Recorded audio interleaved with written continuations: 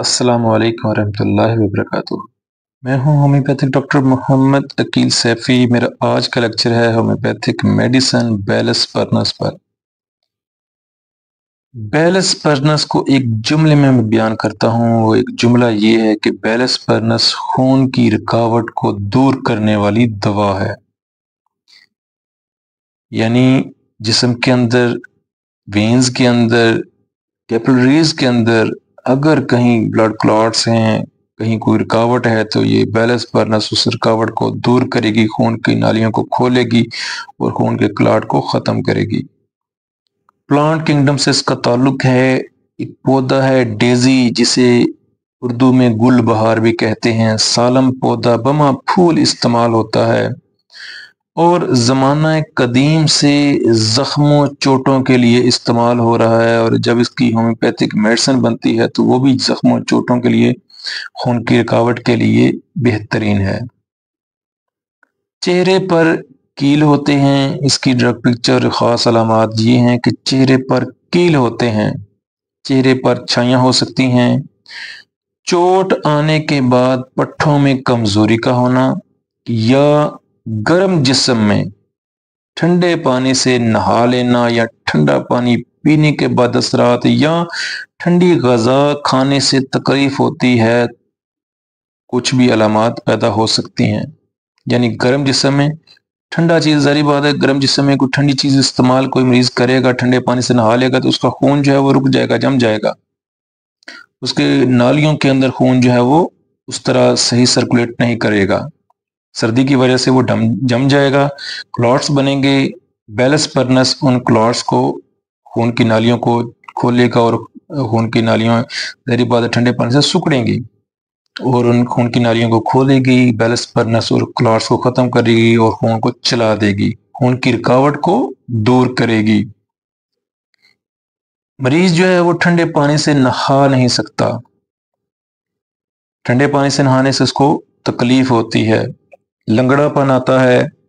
अगर पट्ठों में खिंचाव है, कहीं वेन की रुकावट है, तो लंगड़ापन आ सकता है। और मोच या रगड़ लगने के बाद असरात को बेलस परनस दूर करती है। इसके अलावा नीले दाग भी पड़ते हैं, जिस्म पर कहीं भी चोटें लगती हैं, ज़ाहिर बात है नीला दाग पड़ता है। तो बेलस परनस के पेशेंट के जिस्म पर भी नीले दाग होते हैं। मश्तज़नी या जलक के बद नताइज, बद असरात को भी बेलस परनस दूर करती है। ज़ाहिर बात है वहाँ पर भी मसल्स के ऊपर चोट लगती है, तो वहाँ पर चोट के बद असरात को, वेन्स को, अगर वेन्स जो हैं वो दबी गई हैं तो उनको खोलेगी और वहाँ से ब्लड सर्कुलेशन जो है वो ठीक करेगी। तीली अगर बड़ी हुई है तो उसके लिए भी बेलस परनस बेहतरीन है। जिल्द को साफ करती है, फोड़े फिंसियों को ख़त्म करती है।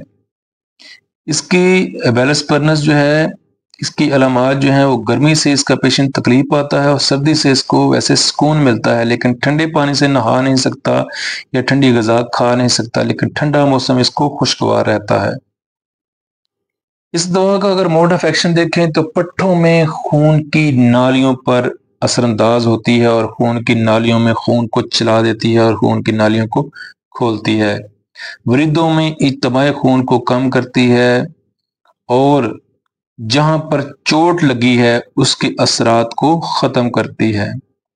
आर्निका के साथ मिलकर बेहतरीन काम करती है, लेक्सिस के साथ मिलकर बेहतरीन काम करती है। और आर्निका की बहुत सारी अलामात जो हैं वो बेलस परनस के साथ मैच करती हैं।